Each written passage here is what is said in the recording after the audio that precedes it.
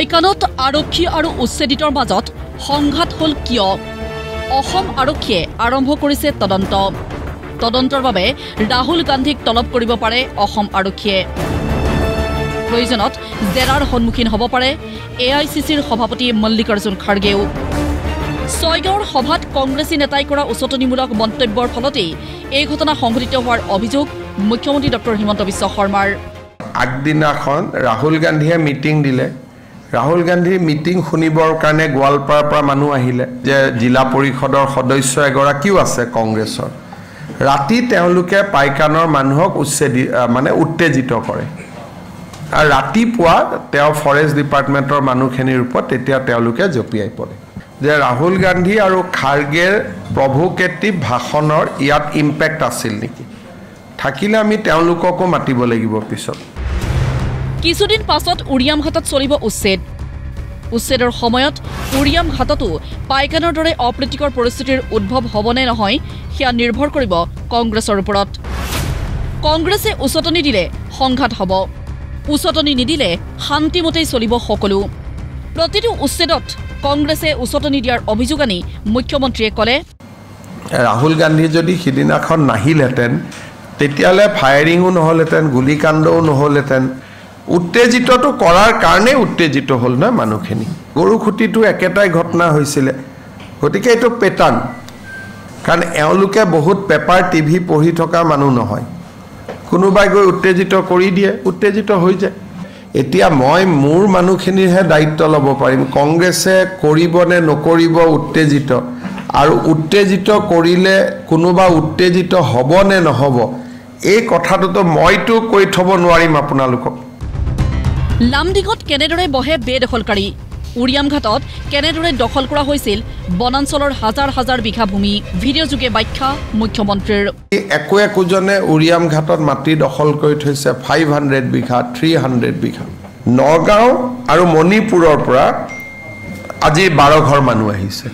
লখিমপুৰত বহিবৰ কাৰণে যোৱাকালি ৰাতি এজন বা দুজন মানুহে মাটিখিনি প্ৰথম ইয়াৰমাৰ্ক কৰি লয় কৰি তেওঁলোকে এই মানুহখিনিক লৈ আহে আৰু তেওঁলোক মাটিৰ মালিক হ'ব নোৱাৰে তেওঁলোকে এটা দৰমহা পায় খেতিৰ উৎপাদিত বস্তুখিনি মাতব্বৰজনক দিব লাগে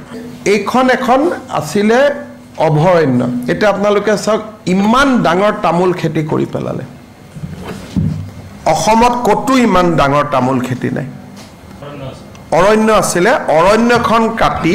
তাত মানুহ আছে মাত্ৰ 500 ঘৰ মানুহ বহুত নাই কিন্তু মাটি পুৰা ফৰেষ্টখন তেওঁলোকে লৈ লৈছে কাৰণ এওঁলোকৰ অৰিজিনেল ঘৰ লাহৰীঘাট আৰু ঢিঙত কেৱল এয়াই নহয় কৰিমগঞ্জ হাইলাকান্দিতো চলিছে বেদখল প্ৰায় 8 লাখ বিঘা ভূমি বৰ্তমান বেদখলকাৰীৰ কবলত বেদখলকাৰী আৰু বেদখল কৰিবলৈ সুযোগ দিয়া বিষয়াৰ বিৰুদ্ধে একশ্যন লোৱাৰ ঘোষণা মুখ্যমন্ত্ৰীৰ ভোটৰ অংকত একাংশ নেতাই বেদখলকাৰীক প্ৰশ্ৰয় দি আহিছে বুলিও মন্তব্য মুখ্যমন্ত্ৰীৰ যেতিয়া 5000 10000 ভোট হৈ যায় তেতিয়া লোকেল পলিটিচিয়ান বিলাক সব কৰি দিয়ে অংগনবাদীও লগাই দিয়ে যে জালুকবাৰীতে যদি 10000 ভোট হৈ যায় মইনো কি কৰিম মই এটোৱে মনত ভাবি থাকো যে মোৰ জায়গাত এভিকশন হ'ব নালাগে বেলেগত ধয় হওক উৰিয়াম ঘাটৰ বেদখলকৃত ভূমিত সুপাৰিৰ সিন্ডিকেট চলাৰ তথ্য প্ৰকাশ মুখ্যমন্ত্ৰীৰ লগতে বেদখল হোৱা স্থানত সন্দেহজনক আৰু অবৈধ নাগৰিকৰ বিচৰণস্থলী হোৱাৰ কথাও দোহাৰিলে মুখ্যমন্ত্ৰীয়ে আজিকালি মণিপুৰৰ পৰা বহুত মানুহ আহা কৰিছে আৰু হ'ব পাৰে বাংলাদেশৰ পৰা নতুনকৈ ফ্ৰেছ মানুহ আজিকালি আমি ধৰো আগতেতো ধৰা সিস্টেম নাছিলে